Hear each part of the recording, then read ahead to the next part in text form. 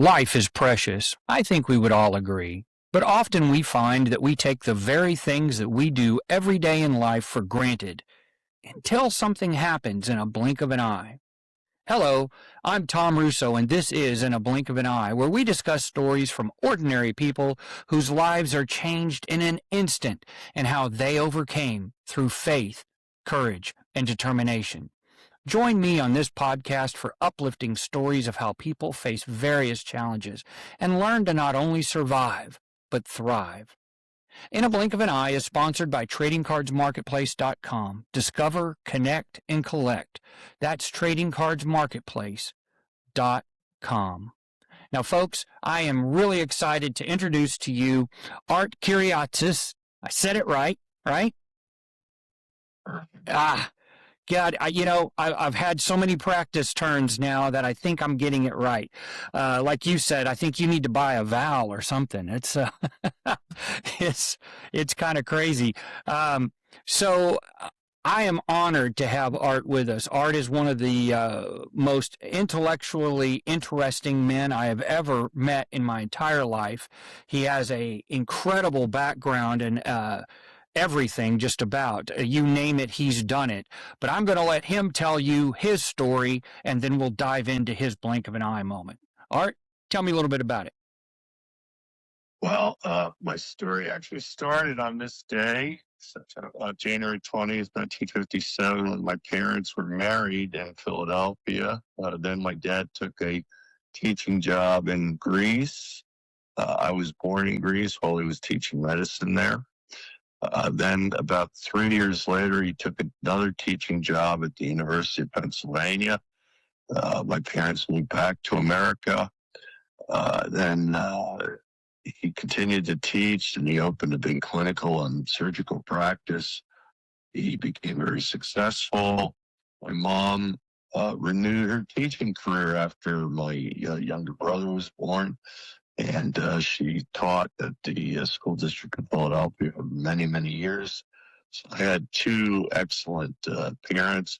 I also lived with my three grandparents, my two grandmothers, and my grandfather. I was raised in a religious household. We went to church every Sunday, and that was very much to my benefit. My grandfather was a cantor in the church for many, many, many years. And I always had to sit right at the front of the church with my grandmother. Boy, you had to pay attention then, didn't you? Imbued with the religion, yes, that was good for me actually.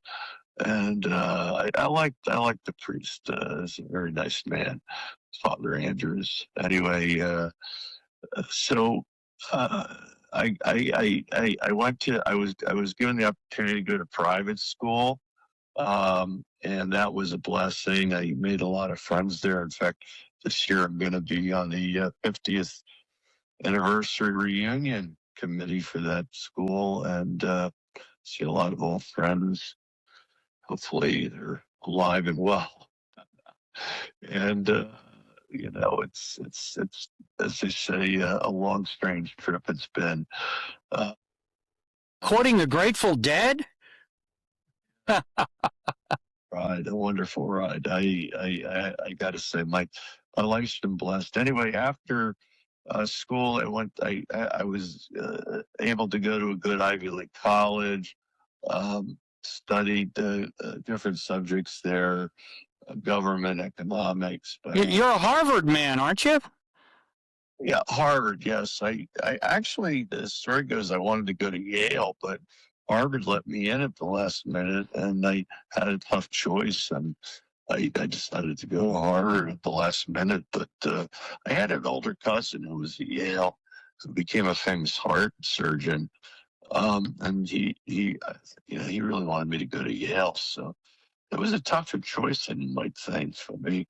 I know most people think Harvard, all the way, but I actually was interested in Yale. So anyway, that was a long time ago. Harvard was great. I had a good time there. Uh, I really studied a lot. Got deep into the books. I wrote a senior thesis. I had a a magna cum laude grade on that, and it was very long, tedious, and boring to read. Aren't most of them though? Really, truthfully. I decided to go to law school after about a year. I was also interested in foreign service. And, I actually was recruited by a guy from the CIA wanted to recruit me coming out of college. A genuine spook guy. It's a true story. And, but I probably should have taken up his offer. How do we know that you didn't? Really, I did work for him for 2 years, undergrad, and right after college. I did research for him on the Ayatollah. uh, he, this guy was great. I mean, he was smooth as silk, and if you Google him, you can't find anything about him. Oh, of course not. Yeah, his record's been cleaned out by you know who. Anyway, great guy. I just loved him. He gave me an A in the class and beautiful letter of recommendation for law school.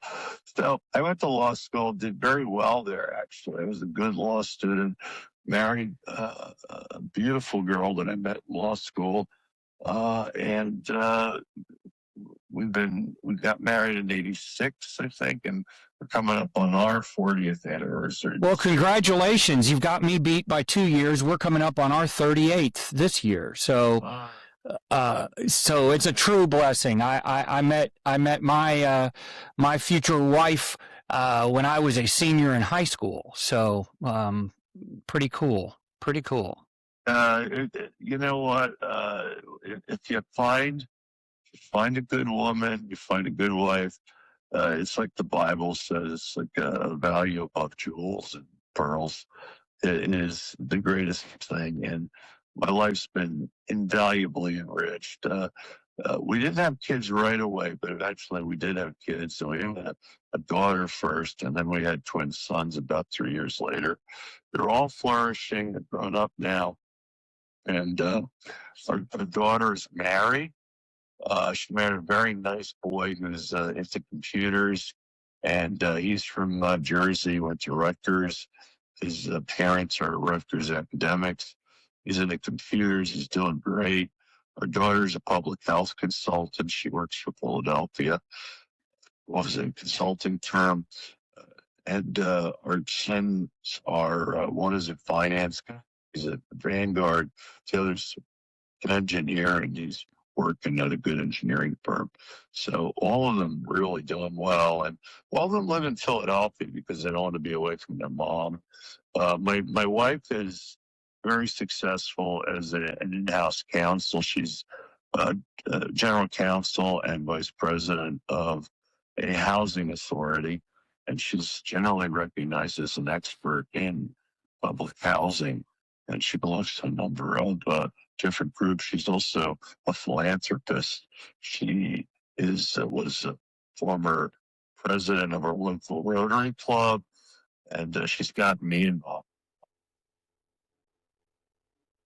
Well, it's a shame that you guys aren't successful at anything. It's really sad.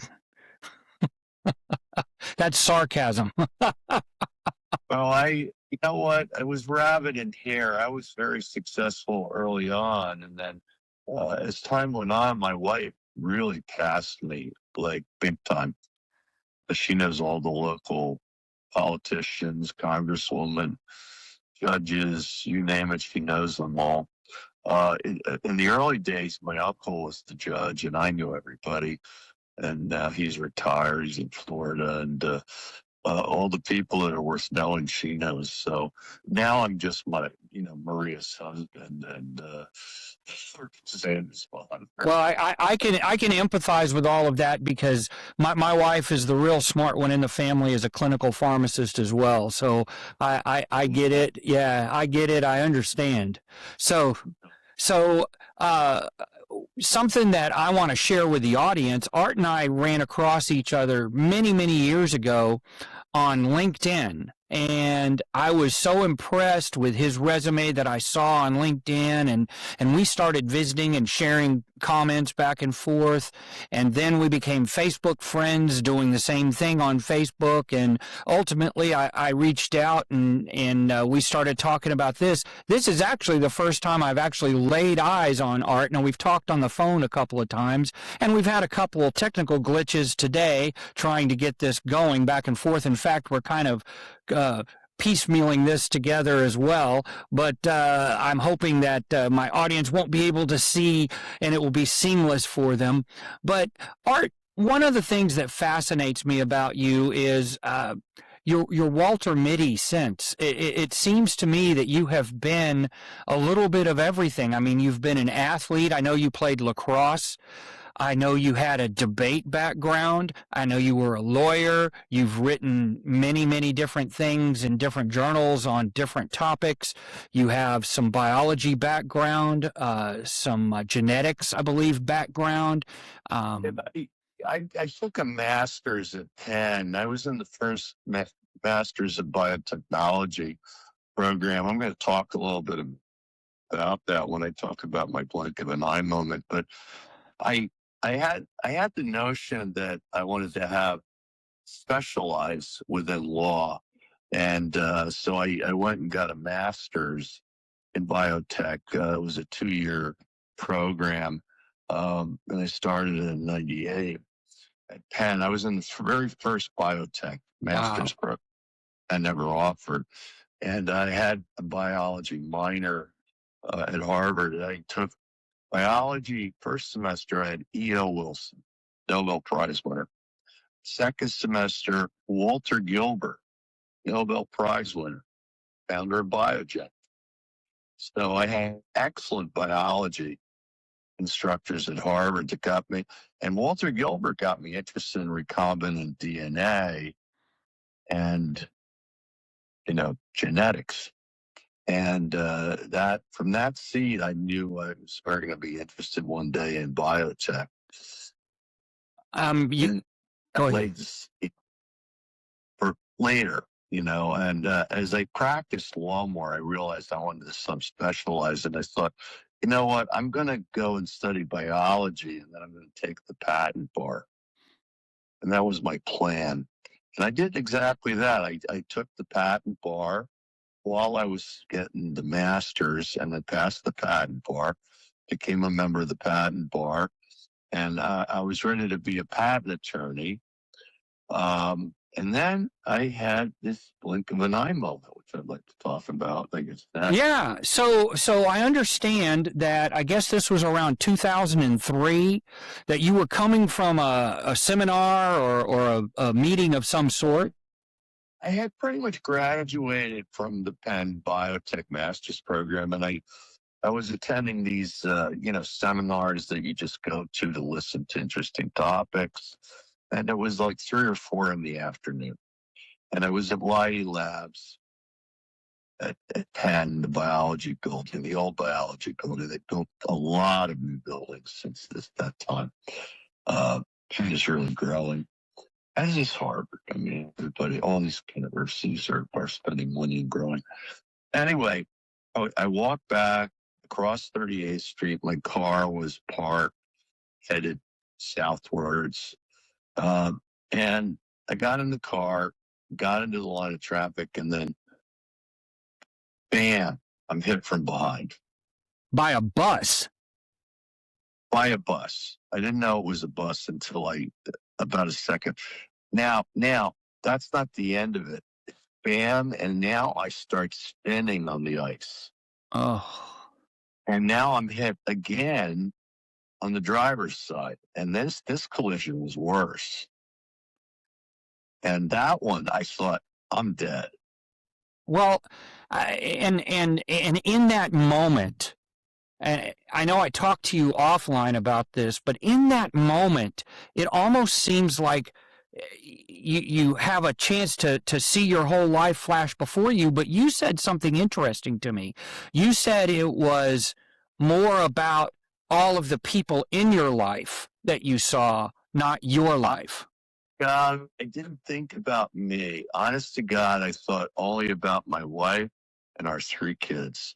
that's all I thought about. I didn't think about me or my life because, I guess because I'm all about duty, Right. responsibility. And I just thought, what are they going to do without me? Because I'm going to die. And that's honest to goodness, that 30 seconds when I was convinced that I was going to be done for, that was all I could think about. What are they going to do without me? I'm not going to practice. I'm going to be a patent attorney. And what are they going to do without me doing all that? I spent all this time preparing to switch to things. So that's all I thought So about. so at that point, I assume you're in the hospital, uh, and your recovery road has got to be long and arduous. I went into the hospital, the emergency room, but then I went to my physician and got more tests, and they weren't good. It turned out I had very bad cervical neck injuries from C2 to C7 Oh, herniation, Lord. and my L4 and L5 back discs were also herniated, and I had a very serious right leg sciatica, which was painful as heck. And I couldn't walk. I couldn't run. Now, before the accident, I was running 4 to 7 miles every day. Wow. And I was benching the NFL combine when I went to lift weights. That was an unbelievable. Gosh, Art, I get tired driving 4 to 5 miles. So I was benching 225. I was hitting all the hard weights and play like 3 to 5 games of hoops, with the old guys. And I was just in incredible shape. And after this accident, I couldn't get off the sofa. So my rehab was very long and tedious. I First things first, I had to surrender my law license because of disability and take down my practice because I had no way to practice. My wife was committed to her legal career as an in-house counsel, and she did not want to practice privately. So that was that, and we decided, collectively, it'd be best if I took down my practice. And so I turned in my license based on voluntary disability, which you can do in Pennsylvania, with the thought, well, maybe I'll come back one day. Who knows? And then I downgraded my status at the patent office from patent attorney to patent clerk, which means you could still practice patents, but only at the patent office, which means I could prosecute patents and do things to the PTAB, but not appear as a patent litigator in court. Anyway, I didn't do any law at all. For the next 10 years, I had to my way back. how long was it? So it was a 10-year process to get you to where you felt comfortable walking again? Process. I'm telling you, it was very hard for me to do anything. And let me tell you, it was like 2 steps forward and 1 step back every, and I couldn't exercise right. I mean, I was used to doing all this exercise. I couldn't exercise correctly. I would try to exercise when I was rehabbing, and I'd overdo it. I would try to lift things, and I would overdo it and hurt my back. I mean, everything I did was wrong. Now, what saved me? Okay, a couple of things. First of all, I became much more religious. I mean, I really reverted to my religious roots, and I went to church, and I was lighting candles. I was praying to those icons, and you know, I couldn't stand up in church because of the injury. I would sit in the pews during the whole service, and this actually made me suffer because I really wanted to stand up during the service. It took me 3 to 4 years to be able to stand up during a church service. But the day I was able to stand up during a church service, I could feel the presence of the Lord. And that is so wonderful. I want to take you back before that moment and tell me at the bottom of the barrel where your psyche was when your professional life has changed, your athletic life has changed, and you're homebound for all intents purpose, right? I mean, you're not able to do anything, more or Not less. really. I mean, and it really, it kind of challenged my masculinity a little bit. Because I was a pretty rough, tough, macho, ex-jock kind of guy. It was a very hard adjustment, but, you know, when one door closes, two more open, is how I started to think. I read through the book of Job, and I realized God sends things, and you have to have faith. Well, Job was certainly challenged. There's no doubt, and he certainly kept his faith throughout it. And that's a great analogy that you're using there because I think both of us, when my eye problem happened, I know I immediately went into a deep depression and was scared about my future. I too had to retire from teaching and coaching because of the disability, and I was like, who am I now? I felt like my identity was taken away from me. And that sounds like kind of what you felt like during the early part of that as well, that your identity had been taken away. Yeah, I wasn't so much depressed as I was, searching around for what am I going to do next. And then I realized, well, I have a biology degree now.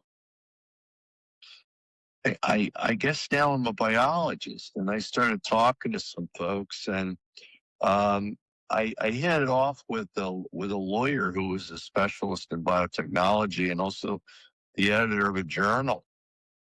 And I started writing. About 2 years after the accident, I started writing book reviews for him. They weren't all that long, but there was something I could do at the computer that didn't require, carrying heavy cases to Didn't court. require the physical attributes of other jobs, but you could do it with just your You mind. gotta realize in '03, law had not transitioned to computers yet. Right. It was papers. And so when you had to go to court, you had to drag these heavy boxes and these heavy bags, to court, and it was physically challenging. Tonight we had file cabinets.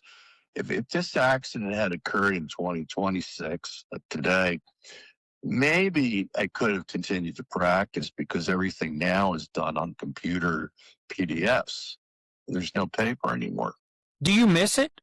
Do you miss the patent litigation? Well, I like patent law. I don't like law, period. I mean, general law, no. The law practice I had was a general practice, but I did a lot of intellectual property too. I prefer intellectual property because you work with scientists, you work with biologists, you work with tech transfer people, you work with accelerators, incubators.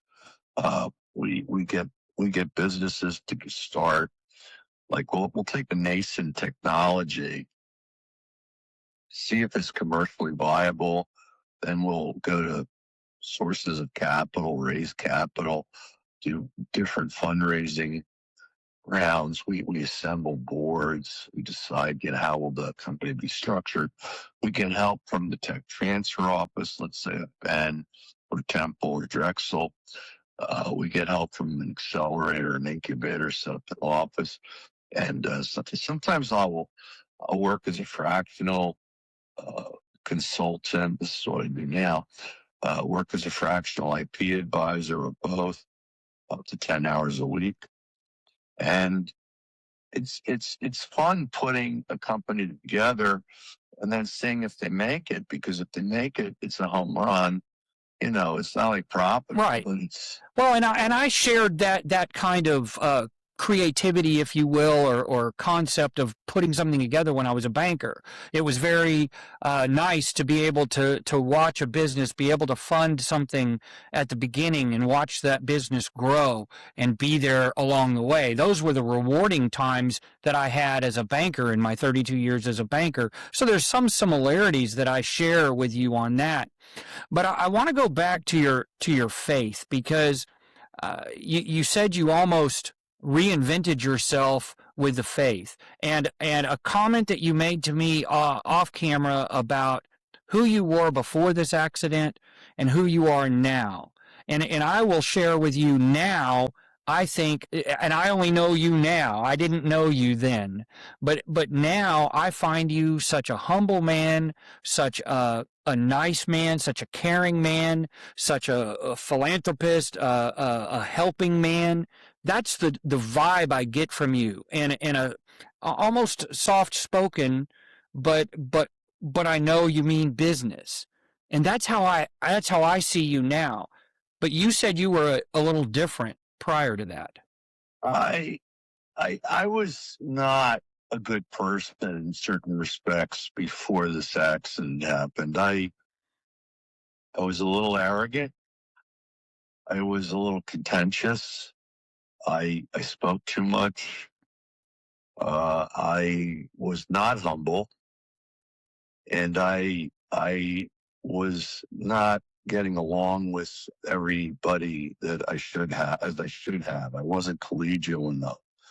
And I was popular. I was getting elected to different things, but I was a bit arrogant. You know, I think all the success went to my head, and I was making money early and getting elected to a lot of boards early, and maybe the success went to my head. I don't know what, but I got into the drive for wealth, power, and status that often ensnares young people. I was a who's who in America before I was age 40.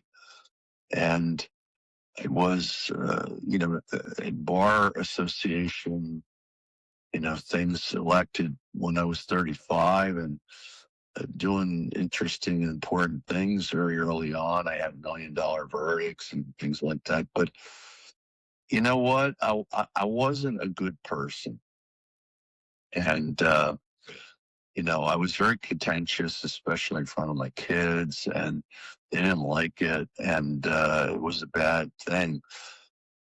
The accident changed me. I realized in a certain way God was punishing me. And this is also part of the book of Job, I think, in a sense, and maybe other parts of the Old and New Testaments that, when something happens, you should take time to reflect upon your path in life and why you're doing what you're doing and what you're doing. And I realized that, it's not money and status and wealth matter. It's family and friends and how you connect to the world that matter, and faith that matters. And I want to add one thing to that. I want to add, to me anyway, family, of course, is first. Your friends, your faith, all of those things. But it's your experiences.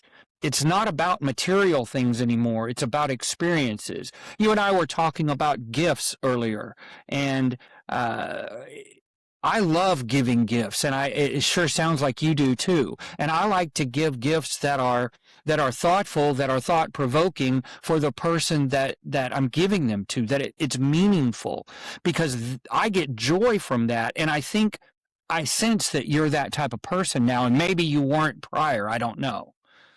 No, I wasn't prior. Now if I go to a doctor's office, I'll bring donuts for the ladies at staff, and I'll bring nice things for the doctors. I mean, we talk. I've really become quite different, and I'm very,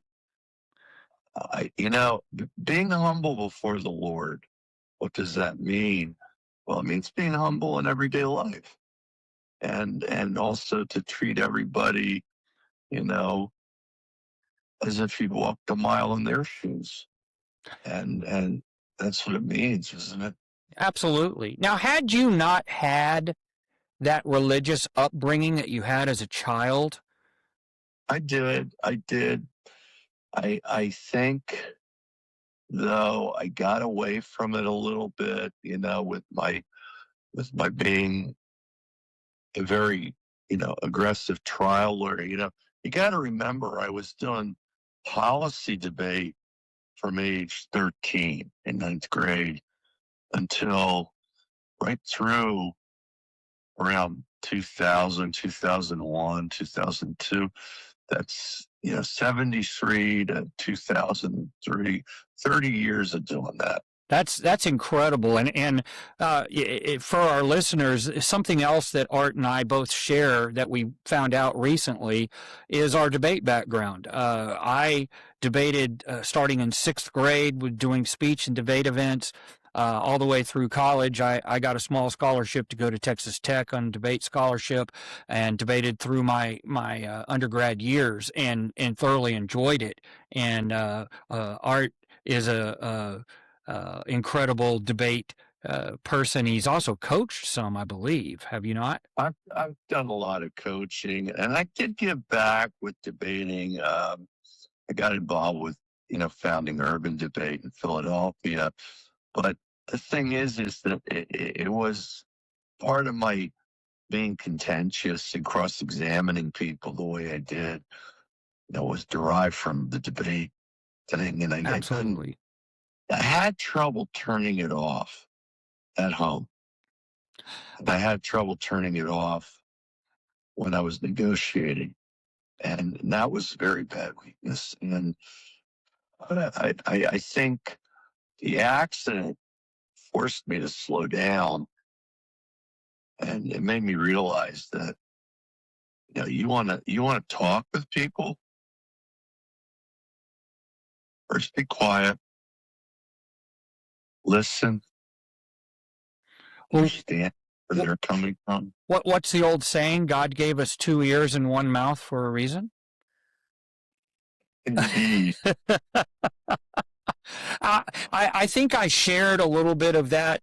I don't know if it was my blink of the eye moment that made me change, but I think somewhere along the lines in my banking career, I kind of morphed from a person who always wanted to be at the forefront to wanting to learn about everybody and what their experiences were. Um, I really enjoy. I don't care if I go to McDonald's. I talk to the people that wait on me there, and I want to know their story because their story is just as important as my story or your story. It's different. It's a different story, but it doesn't make it right or wrong. It's their story, and because of that, it's special.